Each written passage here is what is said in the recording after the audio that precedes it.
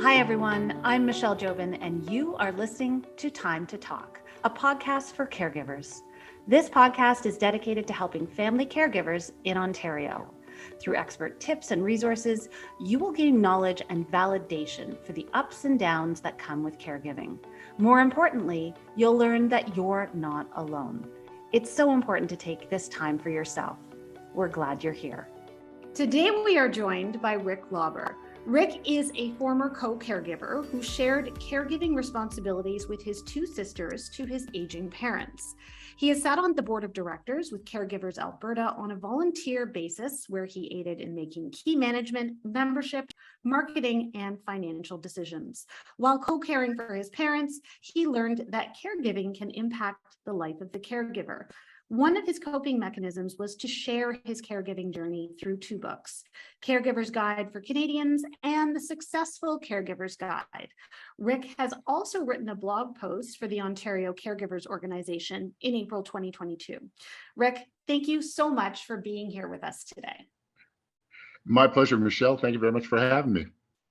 We wanted to create a space here on Time to Talk where Ontario caregivers can connect and share, and hopefully through our conversation today, we can gain a little bit more insight into the caregiving journey, specifically of co-caring for parents with other family members. Every situation is, of course, unique, and hopefully this conversation we'll have today will resonate with some of our listeners and, of course, other caregivers. So I wanted to just sort of begin at the beginning with your story. Your caregiving journey, or your co-caregiving journey, was for your elderly parents. Your mother was diagnosed with Parkinson's disease and leukemia, and your father with Alzheimer's. How did this impact your life? Wow. Impacted my life in many ways, Michelle. I would say it impacted me physically, it impacted me emotionally, it impacted me mentally, even impacted financially as well.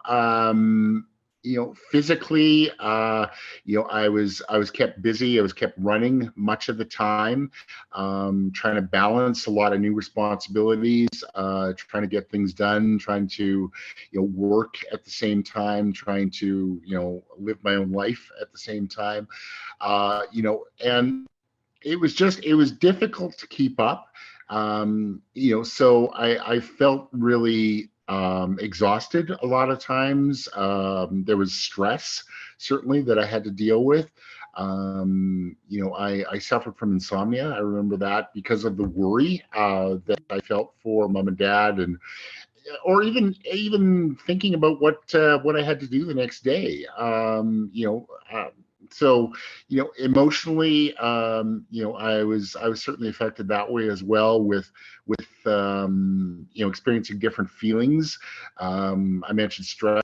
I was angry, frustrated. I was sad, over the impending loss of mom and dad.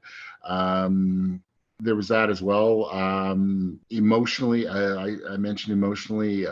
Mentally, there was a lot of time where I was trying to focus and trying to think on what needed to be done with mom and dad, and how I could best accomplish that. But if I was trying to concentrate on work or something at the same time, there was a distraction there, so I couldn't. I found it hard to multitask. And financially, I remember actually choosing to work part-time as opposed to full-time, which gave me a lot more flexibility, scheduling flexibility, to work with mom and dad, to help and support them how I could. However, it definitely affected my income. And just to be absolutely clear, you were caregiving with your siblings, but for both parents at the same time during a period of time. That's correct. Yeah. Some caregivers have the benefit of looking after mom first and then looking after dad later.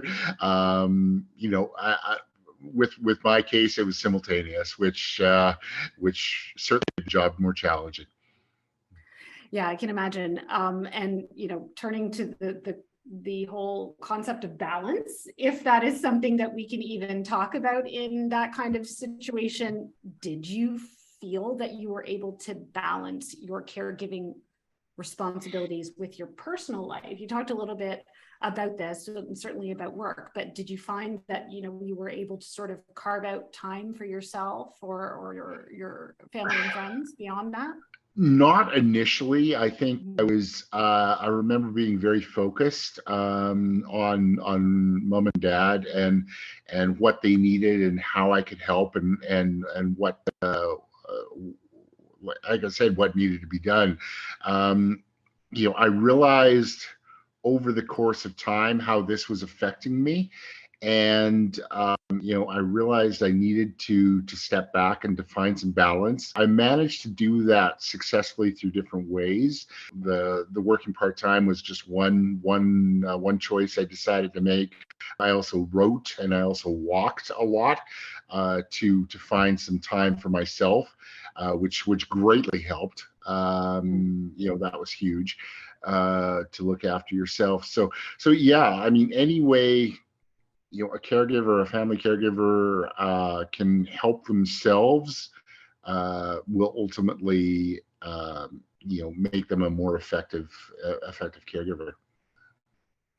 Let's talk about sharing the caregiving responsibilities with your two sisters. And I think this is something potentially a lot of people can relate to. Certainly, I can think of more than one instance in my own family where I've either been a part of this or watched my parents and their siblings go through this process, or trying to help my parents and their siblings go through this process. So what was the experience of co-caregiving with your siblings like? Did you feel that the weight of responsibility split between all of you was more manageable in some ways than if you were one solo caregiver? Sharing the workload with my sisters certainly helped me. You know, I think of the saying, the many hands make light work, and that's true with caregiving. My sisters and I did have our arguments. You know, what family doesn't bicker? You know, especially when it comes to caregiving, because you know, we all have different ideas as to the best course of action. But ultimately, we did agree for the most part as to what needed to be done and how it needed to be done, and so that was a good thing. We had regular and open communication between ourselves as well, which helped not only to discuss you know, upcoming responsibilities, but it also helped to share what was going on and how we felt with each other, and ultimately how we could help ourselves you know, become better at our jobs. Help to brainstorm ideas with them. So it helped to reduce a lot of stress just by talking and saying what was going on. So yeah, it really helped to like I said, to lighten the load. You know, if you're a solo caregiver, there is more work involved. Granted, you don't have to argue with anybody, but you know, that's really the only benefit I could think of with being doing it independently. I'm glad you touched on that, because I think about this sometimes, you know, maybe it's prematurely, but my son is an only child. So I think about the future for him. And, you know, there is a big difference between doing this with your siblings. Although there is a spectrum of sibling relationships, even in the most harmonious ones, it's a time of heightened emotions for everyone, right? Definitely. So I think, you know, you touched on the fact that the most important thing is that there's someone to share the load of responsibility with, but also the fact that you and your siblings had open and honest communication. You didn't always agree, but you were generally keeping in contact, and also, you know, making sure that responsibilities were divided up. So if someone doesn't have someone to share caregiving with, is there anything you would suggest, maybe in terms of resources that they could go to? Whatever resources you can find to provide health support is going to ultimately help you. You know, I think there are many resources out there to help and support caregivers. I don't think they're always easily accessible, though. Yeah. You know, I think you know, family caregivers may not know how to find these resources. They may not have the background healthcare or legal experience, financial experience necessary to know where to look. They may not know what questions to ask. They may feel shame, or they may feel embarrassed to ask for help too. Like, that would stop a caregiver from searching for help. But I would urge anybody who is dealing with all of this to seek out help wherever you can find it. Well, and that's why we're definitely doing this podcast, because we're hoping to sort of present a bunch of not only just conversations so people feel less alone, whether they're sharing the responsibility or not, but also some potential resources, for example, like your books. And we'll get to that in a second. But were there any resources that you in particular turned to for help at the beginning or during your caregiving journey? Absolutely. I mean, I remember reaching out to mom and dad's doctors initially to discuss their healthcare and discuss their prognosis. I reached out to the local Alzheimer's Association of Alberta. I remember discussing things with Caregivers Alberta, which is a similar organization as to the OCO. There was a seniors transportation service that we hired for Dad. We also got Dad into a day program, a hospital day program for Alzheimer's patients that we had him in a couple of days a week to help out other caregivers too. I mean, I spoke with other caregivers too at Dad's long-term care home, and asked them a lot of questions too. So yeah, there were a number of options we went with. I understand during your time as a co-caregiver, you needed to move your parents in terms of residence several times. Mm-hmm. So I'm assuming that's quite a process once, let alone more than once. So do you have any advice for caregivers who are helping to relocate their care recipient? I think my first piece of advice would be, consider if relocating them is actually necessary. A senior may be able to stay living in his or her own home, or aging in place is called, but a family caregiver must ensure that arrangement is safe and appropriate. A home can be a home can be completely gutted and retrofitted, but that may not be necessary. Smaller changes can be adding grab bars in the bathroom, around the shower or bathtub. You may have to put in a ramp or a stair lift. You may have to widen doorways to accommodate wheelchairs or walkers. You could remove furniture to also allow for a lot more mobility. So yeah, downsize a senior if he or she is staying at home. A lot of their stuff won't be necessary. If you are looking at long-term care, evaluate the options for sure. Many of these places do offer tours for family caregivers. By all means, take them up on that offer. Go in, take a look, snoop around, take a look in stairwells and closets just to make sure that everything's clean. Talk to the family caregivers that you meet there and get their feedback on the facility. Also, while you're there, evaluate the staff patient ratio. Make sure that there are enough staff on to work with, to keep up with the demands of the number of patients, number of residents. I mean, you don't want to have one person looking after 15 or 20 people. Make sure that's appropriate as well. And I think this is perhaps a very difficult question to answer generally. And you touched on some of the points behind it, but should your care recipient stay at home or move to assisted living? I mean, this is a tricky question. More so than you specifically, giving an answer to that. When do we know when it's time to make that decision, or maybe who should we speak to about whether we should make that decision?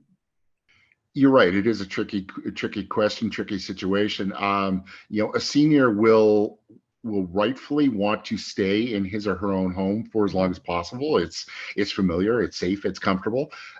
It's what they know. They're also going to be stubborn a lot of times to move, saying, I don't need to go to long-term care. In addition, a family caregiver will probably or may want, mom or dad to stay at home as well, just because that's what they know, and that seems to be the right thing to do. If mom or dad is remaining at home, you really have to pay a lot of attention to what's going on.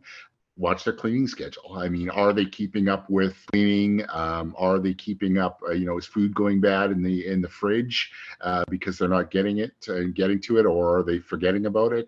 In my case, with Dad's Alzheimer's, one thing that we worried about was him leaving the stove on, and so watch for that type of thing as well.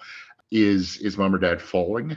At home, tripping over things. A lot of those, like the throw rugs, can be removed, for example. Can the senior access a lower or upper floor, without extreme difficulty? Downsize the furniture, make it easier for them to move around. Use mobility aids by all means. Like I said, the grab bars in the bathroom, the raised toilet seats. We found a pole that went from ceiling to roof, went from floor to ceiling rather, that we placed beside the bed, and that helped mom, with something to grab and pull herself out of bed and sit back down on the bed. Even with the bed, like a higher mattress can also be can be useful to get in and get out of. These are all great points, because it's not. I think people sometimes think that the transition from independent living to assisted or long-term care, it's not sort of an instant or cut and dried transition. So you have to start looking. So you've given us a lot of points to look at along the way, and the important thing is to sort of pay attention and be aware. Let's talk about your books, Caregiver's Guide for Canadians and The Successful Caregiver's Guide. First of all, why did you decide to write these books? As I talked about earlier with you, one of the main coping mechanisms I used when I was caregiving was writing. That began as journaling.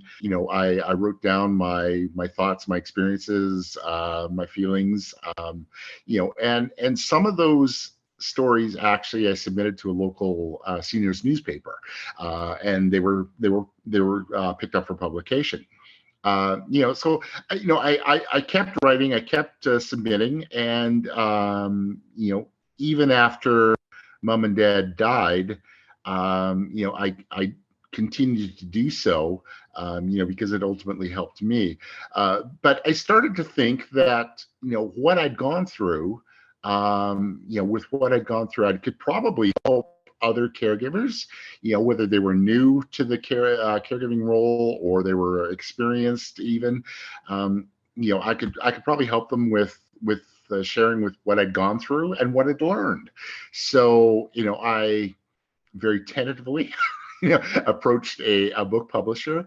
I sent them a proposal, and they liked it. They got back to me and they said, this is exactly what we're looking for. It's very timely, very topical, and we'd like to give you a contract. That led to the first book. The first book became updated and re-released in a second edition for that. And I think it was a couple of years later, there was some discussion with the publisher about releasing a second book, a similar book for the U.S. market, for American caregivers. And I also noticed, and we talked about the fact that you did a blog post for the Ontario Caregiver Organization. I did, yes. You focus on the joy of caregiving, which I think is, maybe something that's something that's highlighted in it. Do you want to touch on that at all? Because I think maybe that's something that's not talked about as much. I am so glad you asked that, Michelle. A lot of times caregiving is looked at negatively. I mean, I certainly felt that, in the early stages, and a lot of people think that as well going into it. Media doesn't help because they focus a lot on the negative side of things, the stress, the troubles of long-term care, et cetera, et cetera. But caregiving can bring joys. I mean, I found that I really became more self-confident with what I could do. I became far more aware of what I could do and what was possible.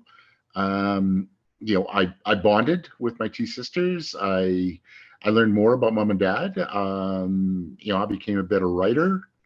I became more organized as well. So, a lot of benefits, a lot of hidden benefits that came to light. I love that. And you also mentioned that, with your books that your publisher said, this is what we're looking for. It's very timely, and that they wanted you to write more for the American market as well. And there's a good reason why this is a very timely subject, because as a population, we're aging here in Canada. Absolutely. The last national census, and there's nothing wrong with this, because that's just the inevitable way that life goes. But there are now more seniors aged 65 plus in Canada than children aged 14 and under. So yep. This is something we all need to think about more and more. Are you feeling overwhelmed and exhausted as a caregiver? You don't have to go through it alone. With peer support from Ontario Caregiver Organization, you can connect with people who understand what you are going through. Together, you can share experiences, provide advice, and gain the strength you need to keep going. Get the support you need today at ontariocaregiver.ca/peer support. What's one piece of advice you have for caregivers? Because there's many of them that are just starting this journey now based on our demographics. What's a piece of advice that you might have for them when they're getting started? Only one piece of advice? I mean, you've had many great pieces of advice so far, but if you have one sort of nugget of wisdom that you'd like to share with us, is there anything in particular? One nugget of wisdom. Aging is inevitable, and caregiving is also very, very likely. I would say prepare. Prepare as much as possible. That could mean discussing upcoming roles, caregiving roles with siblings, delegating tasks. Finding parental will, knowing where that is, reading it, making sure that that's up to date and valid. Touring long-term care centers, like I talked about. One thing I did was I was granted joint signing authority on mom and dad's bank account, so I could pay them. And that was one less thing that they had to worry about. There are small things. I mean, we don't know exactly what the future holds, but I think we certainly can take smaller steps to be proactive rather than reactive, to make the job easier. So prepare. Yeah, prepare. That is great advice. Thank you. Let's talk about caregiver respite. What is it? Okay. Why is it so important? And how do you find that for yourself? How did you find that for yourself? Caregiver respite, I would define as taking a break, finding time for yourself, doing anything outside your regular, your ongoing caregiving responsibilities. Those can be demanding. They can take a lot of your time and energy. And, when you break away, when you do something for yourself, you can rest and recharge, and that ultimately makes you a better caregiver. How you choose to find respite and take respite is entirely your choice. There are many ways to do it. I talked about writing. I talked about walking. Caregivers can do, like I said, they can do anything they like. I mean, pursue a hobby. Go shopping, go to the museum, walk the dog, garden, whatever, take a class. There are many options. Like I said, ultimately having that time to focus on something else will benefit you and will benefit your loved one as well. I think of the Energizer Bunny that keeps going and going and going and going. We're not like that. We're humans. We have our limits. We have two arms and two legs, and we can only do so much. I was able to multitask for a certain degree, but I couldn't keep it up. And I didn't want to keep it up because that doesn't work. So yeah, any way you find respite, any way you take respite is a good thing. On that note, there are different ways. There are other outside organizations, outside people that can also provide you respite.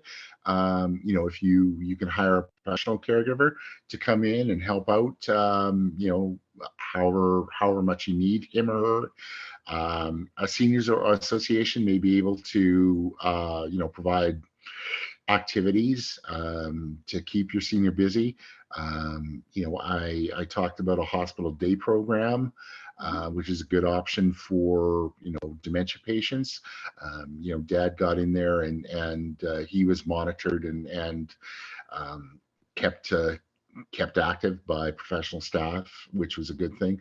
And all of that frees you up as a caregiver. It allows you time to, as I said, rest, recharge, to do things for yourself, to sleep even as well. So a lot of benefits to looking after yourself. Yeah, let's not underestimate the benefits of sleep and all of those things. You have to be able to recharge if you're going to. I mean, you're already doing more than normal. When you're caregiving, you're doing more than you were used to doing before, perhaps. So it's Absolutely. really important to do all of those things, and that sort of leads into. Oh, I was just thinking. I often use the analogy of a bullseye, with you're shooting arrows at a bullseye as a caregiver, and the center of the target is your loved one, and you will aim directly for that bullseye, and you'll focus directly on that bullseye, 95% of the time, and that's to be expected, and that's fine, but you have to shoot for the outside of the target as well, which is your own well-being and your own health. That's great advice. And it does really sort of lead into my next question, because while you were going through this experience of co-caregiving with your siblings, what did you find in terms of mental health? What did you find that helped you or your siblings in that particular aspects of your life? Because it's a huge area of stress. There's physical stressors on you, but there's also mental and emotional stressors on you. And it's important to maintain that side of health as well. Absolutely. Worrying about mom and dad was very mentally challenging. I remember the day that Dad forgot who I was for the first time and asked my name, and that was one of the hardest days of my life. I think we touched on it, is take respite. I can't stress that enough. Find a means to break away, to do something for yourself, and to rest and recharge. Like I said, I mean, I wrote. It was a chance to share what was going on, to publicly or privately share, and just getting those feelings out in that format, meant that I wasn't bottling everything up inside of me. And if I bottle things up, chances are things are going to explode, and that's not a good thing at all. Well, and we talked about it before, and I'm so glad that you were able to sort of highlight some of the points of the joys of caregiving. And as difficult as it is, I think probably for mental health, it's important to look at the positive. I mean, the alternative is not being there for the people that you love, or not having the opportunity to do that. And I think if anyone was given the choice, they'd want to do that for the people that they care about. 100%. Yeah. Well, Rick, it's been wonderful talking to you today. I wanted to let everyone know where they can find out more about you and your writing and your books. So can you let us know about that? Sure. Best way to find me is online, ricklauber.com, RICKLAUBER.com. There are direct links to my Facebook page, my Twitter. You can follow me there. I'd love to see you. So yeah, and books are available at Chapters and Indigo bookstores. They're available at Amazon.ca. So a couple of different options there as well. Wonderful. So they're easy for everyone to find, and it's easy for everyone to find out more about you. Thank you so much for being here with us today. It's been wonderful chatting with you. Thank you very much for your time. Thank you for listening. We hope that you enjoyed this episode. You can access more details about support services on our website, ontariocaregiver.ca. Until next time, I'm Michelle Jobin, and you have been listening to Time to Talk, a podcast for caregivers. We hope that you have a wonderful day.